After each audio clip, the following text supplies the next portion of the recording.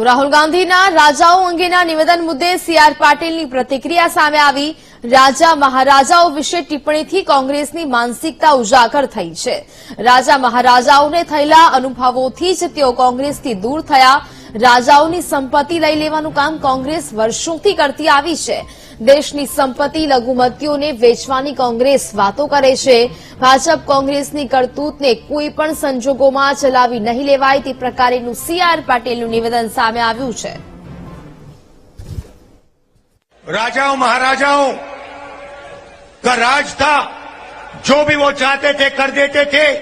किसी की जमीन चाहिए होती थी उठा के ले जाते थे। कांग्रेस पार्टी और हमारे कार्यकर्ताओं ने देश की जनता के साथ मिलकर आजादी प्राप्त की, लोकतंत्र लाए और संविधान देश को दिलवाया। राहुल गांधी ने आज एनु निवेदन है એ સ્પષ્ટપણે બતાવે છે કે કોંગ્રેસની મથરાવટી મેલી છે। આજ દિન સુધીમાં રાજા મહારાજાઓ માટેની આ પ્રકારની ટિપ્પણી કરીને કોંગ્રેસની માનસિકતા એમણે ખરા અર્થમાં લોકોની સામે ઉજાગર કરી છે।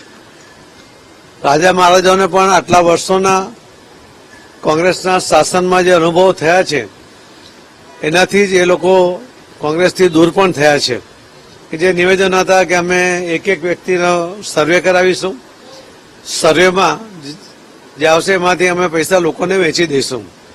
કોઈ વ્યક્તિ પોતે મહેનત કરે, રાત દિવસ મહેનત કરીને પોતાના માટે અને પોતાના સંતાનો માટે કોઈ બચત કરે અને એ બચત તમે જેને બિનઅધિકૃત લોકોને વેચી દેવાની વાત કરો, લઘુમતીને વેચી દેવાની વાત કરો, જે મુસ્લિમોને વેચી દેવાની વાત કરો, જે ઘુસપેઠિયાઓ છે એમને વેચી દેવાની વાત કરો, એ તો સરાસર અન્યાય છે અને ભારતીય જનતા પાર્ટી કોઈ પણ સંજોગોમાં આવા એમના કરતૂતોને ચલાવી લેશે નહીં।